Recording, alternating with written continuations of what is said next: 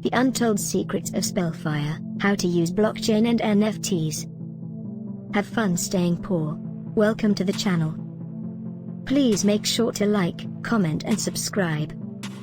Spellfire Re-Master the Magic is a brand new take on one of the most historically significant collectible card games, CCG, of the 90s. Backed by the modern design implementations of NFTs and Play-to-Earn, Spellfire is ready to re-enter the market at the opportune moment.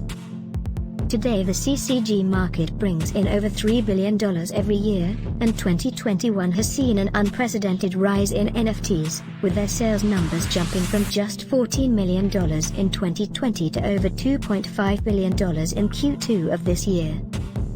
The connection between a CCG and its fans is stronger than you might imagine. We know this ourselves because our new version of Spellfire is a fan-driven labor of love to the classic title that first captivated us in the 90s.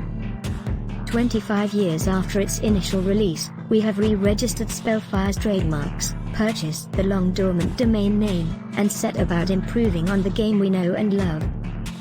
Our focus has been on creating a new independent fantasy world, complete with our own stories, myths, places, heroes, creatures, items, and magic. We believe that our Spellfire will become the gold standard by which all other CCGs are judged. In order to bring Spellfire back to life, we have built a game that holds deep reverence for the original but has its own unique identity, gameplay mechanics, and lore.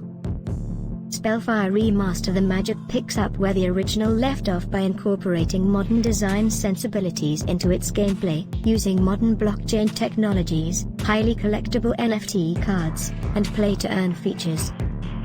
Introducing these features means that our players will be able to own a part of the game whilst earning at the same time, increasing their overall engagement.